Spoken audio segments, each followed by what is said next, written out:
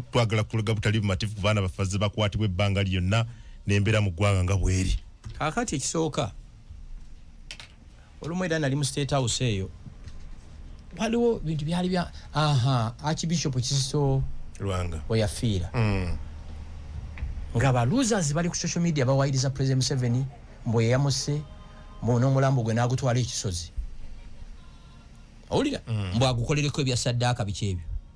Nali mu State House eyo ne bimuya n'angamba biriwo ebintu ku social media n'angamba abahima obamanyi obawulira nti omuhima bw'abanga ente zaalidde omuddo ne zikkuta ne zinywa n'amazzi ebiri e Kampala tirimukwatako. Kaakati mu ababaka aba opposition purported opposition Saabalwanyi n'ajja ne mugaana okuyimuka aluzinga title nti ye president era commander in chief asigala president asigala nti era yi commander in chief yes atunuulira buno bwo opposition abulabanga bw'omunyeera tekimukwatako abulabanga bayinza okukwata ddumu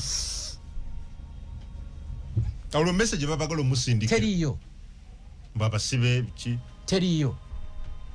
If I was them bwe nfuna omukisa ogwogera njogera maaso ge yes noyogera ensonga there's nothing you lose meeting a head of state nawuliza yo side bwe bamugambye 10 atisa jemu ebina ne kati okutuula mu mukoleki kati bwe mwatudde amakomera geguddewo kyabonobere luziranga bakusiba ne kufulu nokero vume kufulu Yesu mulula sala amagezi ofuna abantu abali ebweru baloya bakuyamba ove mu komera tewali kufulu gyokunamira ne yeggula come again tewali kufulu gyokunamira ne yeggula bano badde bakunama tewali kufulu gyowoganira tekiriyo nega awoganye nnyo kanegule tekisoboka mu ababaka ate nga akimanyi 70% yabafuula n'ababaka you know some MPs abali mu NUP nga yabafunding mbamanyi really yes abamu na mikwano gyange sagala kuba abafunding baje bamuvuganye anti waliwo kati I'll give an example waliwo abantu bali bamufukidde kyanga basemu junganda nga boteka omwaka we NRM owamanyi tajja kumujjayo ofundinga wa NUP imamiga jimbo bijjo nakugamba lwiki bagenda kulayira balayira I know many things kungu sorry yeah bintu bingi byemanyi beswana kwogera wano okitege abo abaka balaba ngempologoma bwe neeyita a huge male elephant neeyita mu national park busikwiro ne butandika girekanira efayo nababambadde nebya black nenseka okola ekyo Museveni neba kugambe nti wakutte mmundo ojja kubyogera Kozira msafitano biri chikumusatu kumusatu dezero sar mwenda satu kumunya chikumunya zero msafitano biri chikumusatu kumusatu dezero sar mwenda satu kumunya wanji sebo kungu wanji muna mwaraye okay Rwandese is not okay sikutegedde tije anagambye good morning Adam Kungu thanks so much for hosting my mentor Gashumba Lord Councillor Wananda webale Adam webale kuwereza na ambassador wa Big Talent Pato akojja tusabira muganda affe Lord Mayor Lukwago abadde Lord Mayor gochaba nyinga Lord Mayor ne Lukwago ekigambo ekyo Lord Mayor nga kigenda kubeera kizibu tulina Lord Mayor omupya bamuyita Engineer Ronald bali mwezo nsobuga kyembuuza bwoba tukyali Mayor you cease to be a Lord Mayor ate ababaka nga wayita ba honorable obayita nkubanga bayali kale tusabira Lukwago yonna gyali mugambe ayoleddwa kwatiddwa ayoleddwa tuddemu tusingane ku Monday inshallah ako kakulu nnyo nkulayirira ki be balonda muganga kuba minister waliwo akaana bakayita Brian kategeera nnyo parties biki ebyo nenkawo omulimu kanoonye hoteli a simple hotel where we can have a party nga manyi kiri obvious kati bya muganga billion hold situmanyi Yoweri kyagenda kukola kyagenda tugende buterevu kyetwalabye ku muvubuka omuzanyi wa rugby Sydney efujje lyamukoleddwako wano mu kibuga abasajja ne bamukolako efujjo kakana nga bamuse police yatugeye bakutte kati about 10 so far kakati kitalo nnyo ky'omuvubuka oyo nali simumanyi nali ndi waka TV emonezanya clip yo nena gikoma makati atosobola brutality enkuba gye bali bamukuba mutewali muntu ainamu just an iota of humanity yali ayinza kulaba clip eri neggwa kitalo naye bino ebintu bibaddewo ebbanga ekintu bweki omuntu bw'amenya amateeka continuously oba gurupu emu bw'emenya amateeka continuously nga tewa omukono gw'amateeka teguvaayo kifuuka nomo. I'll give you an example. Nabanyumiza story wano mbanva Lubaga Road nyambuka wano emabega wa CBS boda nejja nekola U-turn mu process yakola U-turn mu maaso go. Yes, no mu maaso ga Haria yali ya mukyala neyingira mu bumper boda negwa wansi kati bwe yagwa omanyi baba boda bamanyi be batuufu always within a brink of an eye boda nga nyatano nezijja nezisalako Haria ne batandika okuba Haria ku bonnet omuna agezaako n'okwagala okuggulawo Haria yalimu omukyala nga alinamu akaana aleka yali ava kujja mwana ku ssomero naina abasirikale waliwo omusirikale yali mu plain clothing nemuga agenda oyamba omukyala oyo kati bano aba boda as usual nga tebawuliriza nenga abasikala babe mugende muyambe ki omukyala oyo singa tebagenda oyo mukyala muluka bali bagenda jjo kyako omuliro era ne mbagamba abasirikale muwerekere omukyala oyo paka uwe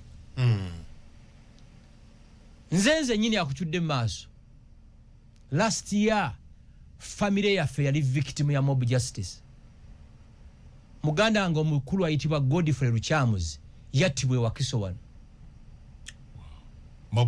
mob justice yalina ekizibu ku mutwe yali amaze ebbanga ddene ng'ali ku ddagala olwokuba yamala ebbanga ddene ng'ali ku ddagala nemulemaza n'omulemaza nga takyasobola kutambula yeewalula bwewaluzi oba okwekulula nafuna distress call around 4 am ng'omuto wange Cyrus ankubira essimu nti owaaye mutawana gugudde godi bamukubye situmanyi oba anaawona kati brother wamuyita expert abeera naye Wakiso ne baddusa godi emulago tugende tuuka emulago nga godi mufu twamusanga na mochale nga yatiddwa bamukuba batya nzija nganyala nnyo okumanya godi bamukubye batya gwe mulundi gwange gwasooka lyogenzeko mu mochale mu batereka emirambo sibe kiri eggwanika ate gye bakolera postmortem munda kungu osabiriranga togenzeeyo gye bakolera postmortem babaaga omuntu ng'ababaaga ente kubanga tugamba gashumba njala mubeerewo nga bakola postmortem eno mu confirming era nze process namala eddakiika nga 3 muto wange Cyrus yamaliriza ekibeera muli babaaga omuntu omutwe gwo ne bagubajjulamu ekifuba ne bagibajjulamu bafinding out kyekyasse ki omuntu ono kati bagenda kizuula yafuna obuvune bungi bamukuba nnyo kakati polisi neyoolako abamu ba suspects ababiri bakyali on the run bamukuba nga bagamba mubakuba mubbi eyali tasobola kutambula omukazi omu n'agezaako baga nti bannange oyo musajja si mubbi oyo musajja wakuno ku kyalo ayina n'ekikyamu kuki ku mutwe ne bamukuba ne bamutta era omukuba nga agamba mbwe yabba kamera wali mu kamera zino security cameras naye ng'oli gwe bagamba tasobola kuyimirira yeewalula buki bwewaluzi ne tunoonya abatemu abo ne tukwatako omu era omu ali mu komera I think ali kitalya kakati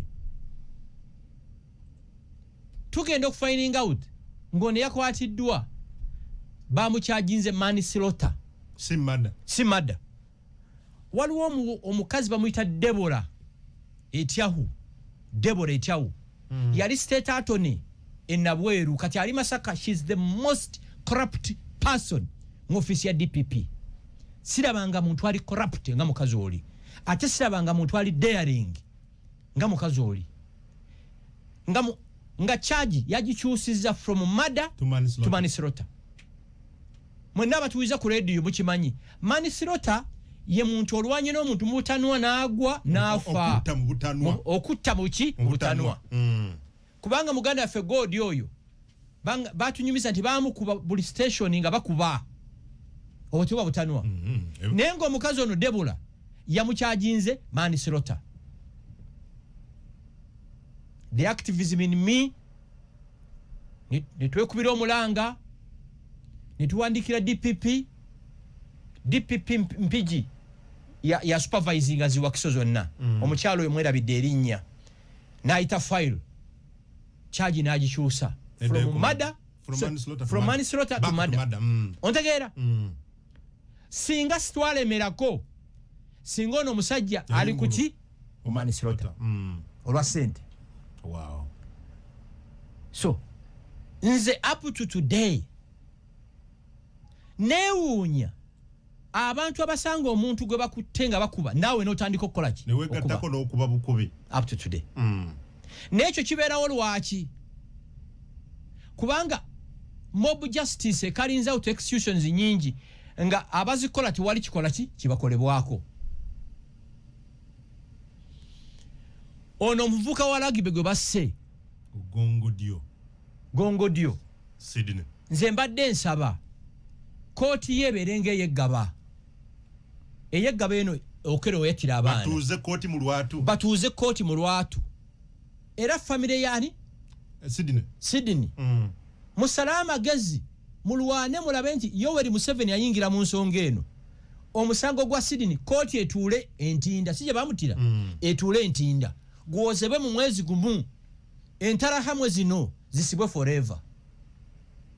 Awulira babere kyo kuyigira yes kungu omulamuzi bwa kusiba emyaka 3 abatasibye ggwe abasindise message eri abalala abasigadde bw'olikola kino naawe ojja kusibwanga kungu. Waliwo ka video we nakoma okulaba nga waliwo omusajja akutte ekibuliti akuba abasinga abamu babakutte abamu. Ate ekisinga obuzibu bw'emisango kati naye yaliwo bakuyoola.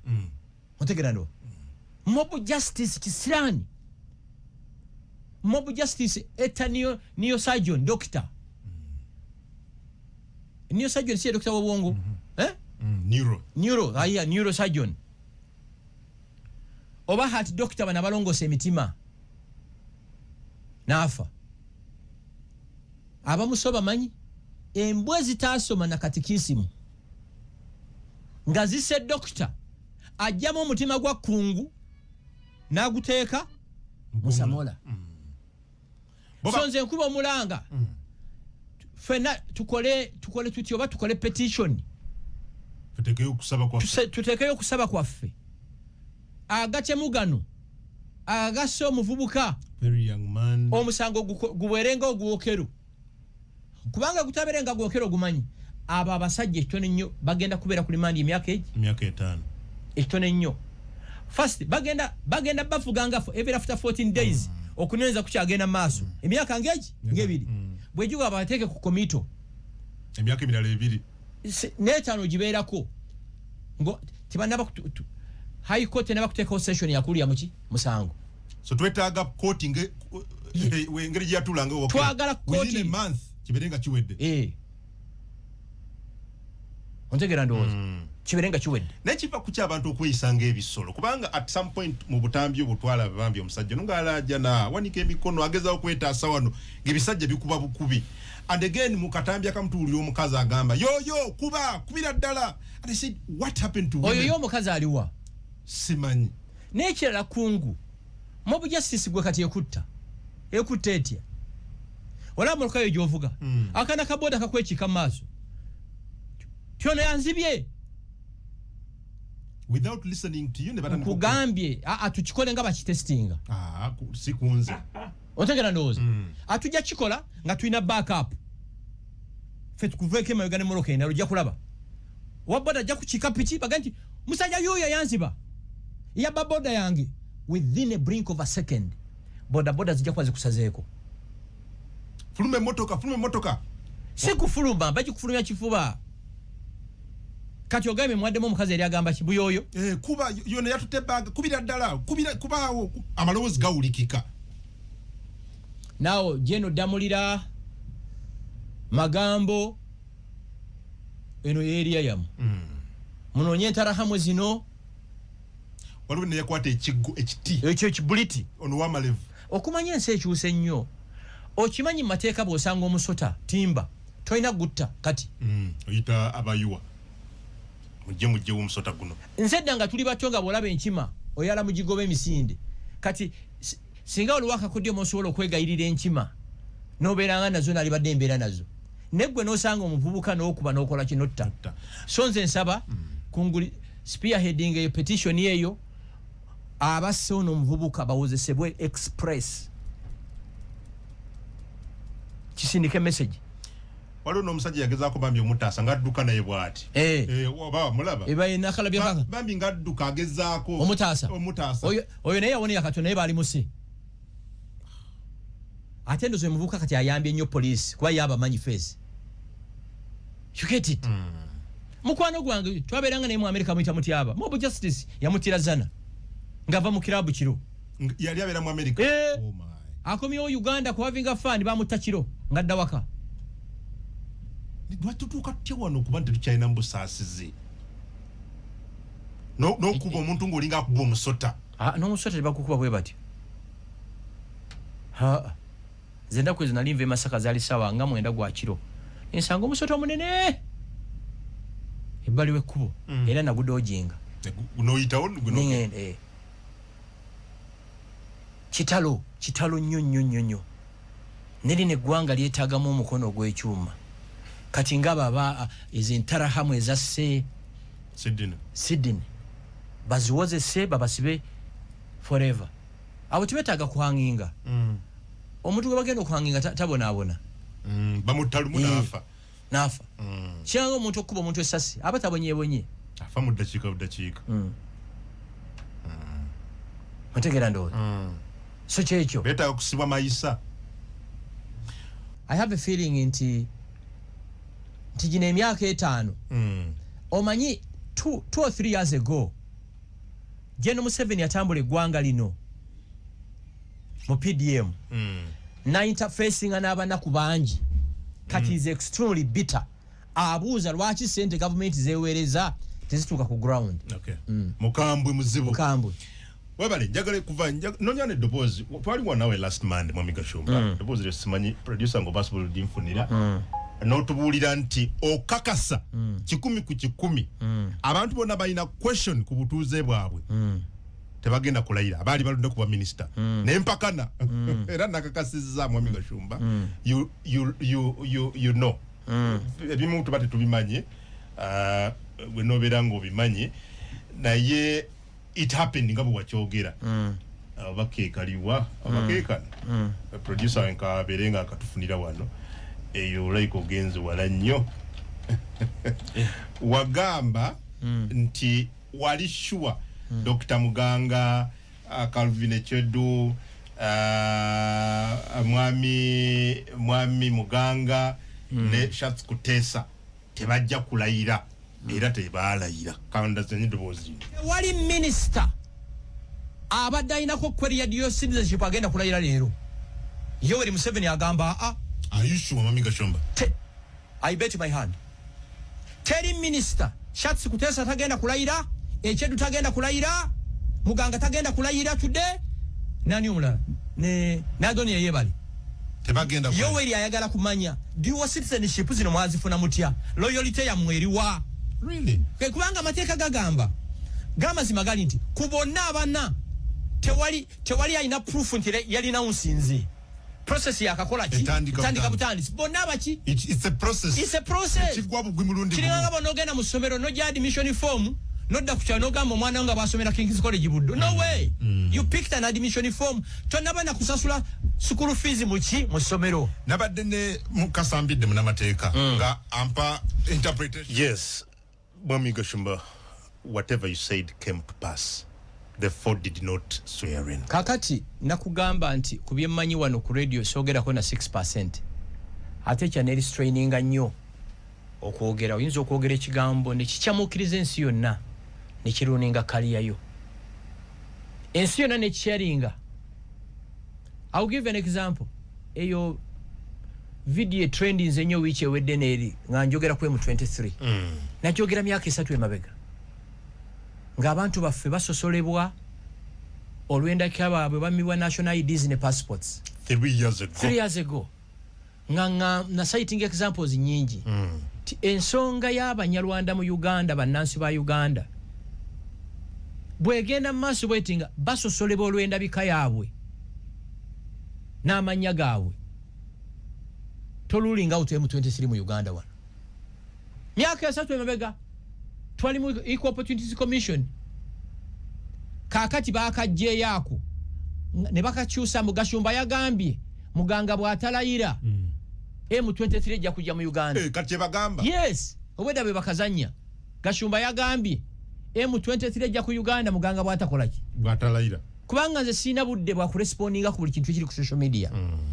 tata waffe yasubulange mwanyi nga tumanyi ogenda mu looleye naye mu byalo gye yayitanga ng'obubwa bujja buboggolera looleye ne simujjukirako nti yayimiya n'aboggolera obubwa no way yakontinuinga ng'avuga looleye agenda mu maaso so bwe ekyo bwe kyali ka video kadda myaka 3 emabega kati bakwasaganya na bya Dr. Muganga kati ng'omusango gwe nazizza kwe kuvayo okwogera amazima gali nti Muganga tayebwa tiyamuyisa bulungi mu parliament ekyo wakyogera ndi redo kidifendinga kubanga ne audio zezo naziyina you get it omunatuko kubuuza do you hold a Rwandan passport namugamba no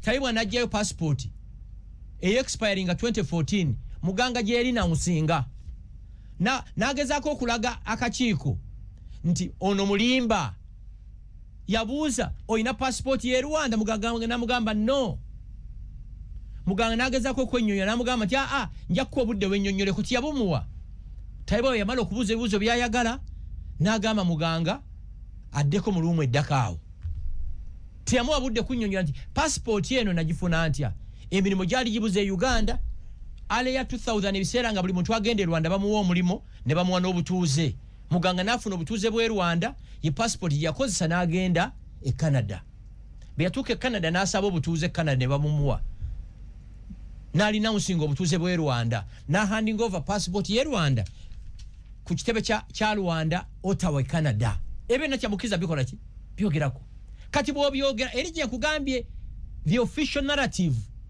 evugibwa eyabwe kano ka click kano akabanyunyusi ontegeera bo bayina narrative era basasula ba tiktokers mwe buying into that narrative bavuge line eyo n'amawulire wano n'amawulire ge baagula tugamanyi wano okitegeera no go gafuze line eyo buli baleeta ekifaananyi kyo dual citizenship baleeta Muganga tebaleeta bonna abaana abantu baali bana Shatsi Kuteesa Echedu Adonia ne Muganga ne baleeta Kogu omu era singa obuza bannayuganda mubaka minisita ki eyalabikako mu kakiiko ka parliament ng'abadde n'obutuuze bwa nsi 2 bagamba Muganga naye nga baali bana Muganga yalina obwa Canada n'abulina musinga ng'abalala kati narrative eyo bw'ogikkiriza ng'owedde I will give another example the genocide in Rwanda against Tutsis President Kagame buli mwaka ateeko kibayita kwibuka okujjukira remember renew and unite I think bakiyita nga waliwo abatandise okifuga mbu e Rwanda twabangayo genocide bweba yaliyo it was against all Banyarwanda these are international media outlets ezivuga ekintu ekyo mbu genocide yali e Rwanda yali general nenga fena tukimanyi it was a genocide against Tutsis ontegera ndo kati bw'otavaayo kukinnyonnyola 10 years from today amazima gafuuka obulimba obulimba bufuuka amaki amazima okitegedde nze naliwo 1994 nali muvubuka muto you saw what happened yes buli muntu akimanyi genocide y'e Rwanda baali batajetinga Batusi ne Hutu moderate Hutus abali batakiza mu genocide ne babasaanyaawo kati waliwo narrative evugibwa across the globe genocide y'e Rwanda yali abanyarwanda bonna nenga yali tajetinga group ki yabatuusi kati wane Uganda bwotavaayo kwennyonnyolako bakujjako ekikyongo otunula wane Uganda omuntu akufumita ekiso gwe n'okuba enduulu ate n'agamba gwozizza omusango bw'oterwanako omuntu akufumita ekiso bw'okuba enduulu nti ate lwaki okuba enduulu kati ekisinga obbaluma kiri kimu nti amazima twagajjayo mu kakiiko ako otegera ndo ekya lino olupapula lw'amawulire successfully terwogera nti waliyo ne baminisita babiri akakiiko ako bekaali kagoba nantaba akakiiko ako she appeared thrice paka bwe bamukonfaminga mwanyinaze Babalanda same thing you get it luno olupapula lw'amawulire ne TVM tebiraga mbuno empapula wezigenda wa President Museveni asobola okukola ki okuzizza nti oba kyali kibaddewo yes kakati bwe twatwala bannamawulire muganga gye bamuzaala ti professor scooping atya lo tubyona basibe bandaba twaliyo ne media outlets zonna TV zonna ne radio era media outlet emu yo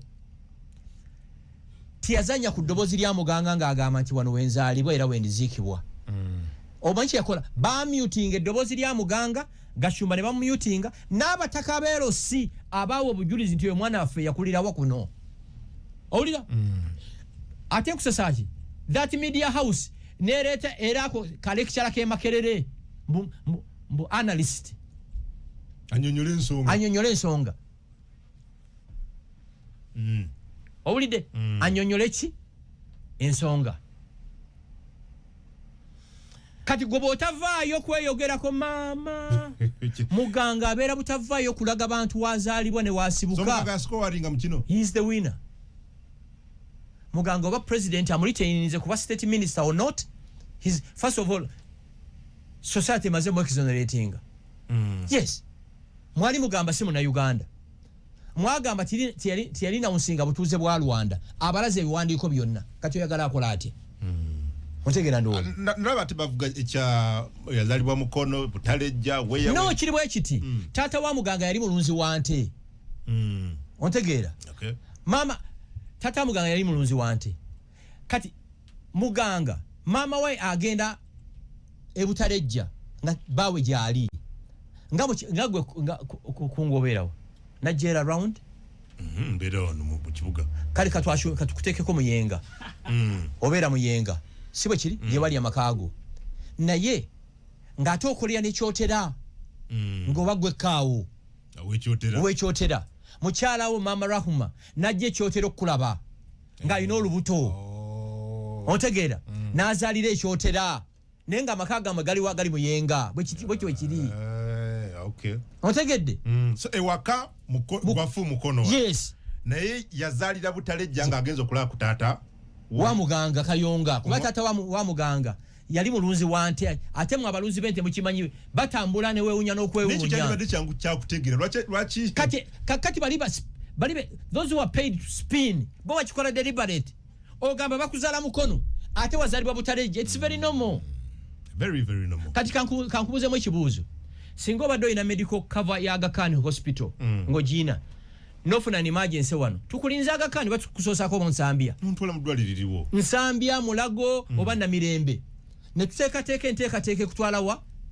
Aga Khan ontegeera kati bo kibaagala muganga butalejja yes gye yazaalibwa butalejja kubanga taata we gye yasangibwa nga mulunzi wante naye nga amaka gaabwe ensibuka eri wano mukono yes ni bannaye abantu bakusobera kubanga ewaffe kyabazaala singa mama wange enkya anzaalira tugeze ekyabazaala kiri mu mukono nanzaalira mu Kampala enkya nombuza nti bakuzaalawa nga bazaala mukono naye nga yanzaalira wano Kampala kyalibadde kizibu kyakutegeera ekyo ekisooka muina kye bayita yellow journalism ogimanyi journalism eta investigating ekya paid journalism oli ne bamusasula milioni 10 akaminga up ne narrative navuga eyo kati bw'otabeera critical thinker obeera otomedde you become a victim yes obeera victim Okay, perfect.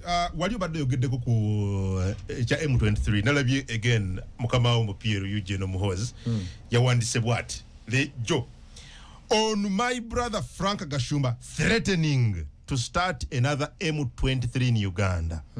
We shall call him and discuss his issues in the PLU Central Committee. Point of information. I outrank Ndugu Gashumba both in Rwanda and Eastern DR Congo. Kakati ekisooka ejeno MK tweet yajiwandise kiro. Tebajja kumpita mu disciplinary committee. Yes, sisi. Nyonyole. Si mu disciplinary committee. Yayise kya. Bajja kuyita mu Central Committee, mu committee ya mwe. Okay. Kakati yajiwandise ggulo. Ontegeera. Ngayagala okumanya exactly. Kati yamanye MK naye waliwo yamutomeza. Tikali current. Kisoboka. Cheka omukulu yawandise tweet eno ngalowooza biri current nti byekusa ku nsonga za muganga. No way. Atenze nyini kire ku record. Nakamu nali ebbanga lyemaze nga nkolagana naye namuwandikira emirundi ebiri ku nsonga z'Abanyarwanda. It's on record. You get it? Kati yamanyi bamutomeza nti Gashumba byakoze eki? Naye wano alingera akugamba nti we shall call him and discuss his issues ensonga zo. In the PLU Central Committee. So meaning cheka luba bamugaye nti Gashumba yatisatiza okuleta M23 because of kati kankubulire fo waliwo abantu abatutyanga twena simanyi why I don't know kubanga if I was him I would pick a phone okubire Gashumba. Okay. Anyway okitegeera nali mubuuziza so genda muwandikira omunyonyo. Yes, ngenda muwandikira omunyonyole ngenda munyonyola kati ngenda muwandikira nga CDF. Mungenda muwandikira nga CDF kati simuwandikira nga chairman wange. Era kyali chairman. No, kuba si kyali mukulembeze mu PLU. Ne yuli member. Ate ndi member wa PLU. No, ndi member wa PLU ojivudde. No, kugambye ngenda muwandikira nga CDF. You get it? Ngenda muwandikira nga CDF. Okay. Previously by early morning today mbadde national vice chairperson wa PLU mu Buganda. Yes, Central Region. Position yange agiwadde kiri wakiwanuka. Genze. Kati simuwandikira nga wa PLU. Muwandikira as a Ugandan nga ne-explaininga ebigambo ebyo nabyogerera wera ddi. Omutegeze nti wabyogera emyaka 3 emabega nga Abanyarwanda banna Uganda bammibwa passport ne national ID. Era ensonga eyo na General Museveni nagisolovinga. Kati ekyo kyagwa. Kati waliwo yagimuwadde nti olaba Gashumba bye yayogera. By the way, si bajeno nga bana bankubira ku nsonga eyo. No banyonyola ne bategera. Ze nali nganye n'okugiddamu ne nkwane video last week I think on Thursday or Friday. Nali nganye ogiddamu. Kubanga nze nsubira bwe mubeera ba general nga mwe running the entire intelligence apparatus in this country. Be able to investigate. Yes, bine bitu biri simple and basic. You get it? Yabyogera ddi. Naye nga tesigwe gusoose era nga tukyatula mu PLU. Waliwo era munnango omwe yabireeta nga bukadde nnyo ba 2018. N'abuuza ka. MK n'abuuza nti you mean these are current? Ni mugamba saa bine bitu ya 2018. You get it? Pwekyo bwe kiri. Era nze bagamba nti General Museveni afuze eggwanga lino. Yes, I know mukisa ne musajja mukakkamu nnyo awuliriza nnyo ate anoonyereza nnyo. Awuliriza nnyo ate anoonyereza nnyo. Singa nze banzita dda ku nsonga za Rwanda ne Uganda kubanga waliwo abaali bamulimba nti nkolya gavumenti y'e Rwanda. Ndayiranga ntya Mungu bwe mba nali ndowoozezaako oba nali nkoleddeko gavumenti y'e Rwanda Katonda mpa ekimoze ekyasinze onjavuwaze mbere nga ntambulira ku boda. You get it? Yampitako mu State House emirundi 3 mu wiiki emu. Nga bamufeedinga obulimba. Gashumba. Okitegeera. Ne bantu banyi bodde boogera ekigambo ekyo nti bo singa baafa dda singa mwali Museveni yali talina bukkakkamu bunno nakuwuliriza nakunoonyereza. Mwabampuliriza ku radio 4 radio 7 ne TikTok. Tewali munene mu ggwanga muno gwe sinkanangako naye.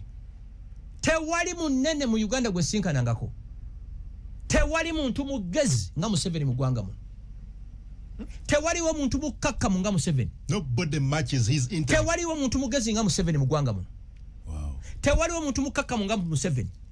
Tewaliwo muntu awuliriza nga Museveni. okitegeera oloza lwaki ya Holtins okulayira kwa ba minister ayagala ku finding out amazima gali gatya gali ki achanunya yes abana bano tekiriyo kino nkiddamu there is no smart intelligent person in this country called Uganda like Yoweri Museveni taliwo muntu awuliriza n'obukakkamu nga Museveni singa twafadda wow Owulira bwawulira kino kino ate yalina ne talent eno ne bwe mujja abantu mukaaga nga mono na kungu abawuliriza nasengejja ayina n'omuzemo eno bateeka mu office ez'enjawulo mu State House kungu oli mu office B Samola Muddi Gashumba mwenu neefulanga agenze ku short call agenze kubuuza kungu wangambye kino ku kino singene si yasaana wodda singa family zina bamulekwa tizimanyiddwa he takes time n'abuuza kino kiri kitya zo mutate ya munsomesa yali Jacob Oulanyah nti tulimbanga Museveni mubulira amaki amazima ene ensonga y'Abanyarwanda yagamba initially yali alowooza byakusaaga paka lwe gikola ki byagitegeera n'agisolving kati eyo video nga bwe nnyonnyodde wano twali mu Competence Commission neetambudde everywhere 4 generals eyafembyo yankubidde ku lwakuna yampadde n'amagezi omanyi kolayo video olage amazima gakola ki bwe gali kano kakadde bwe bale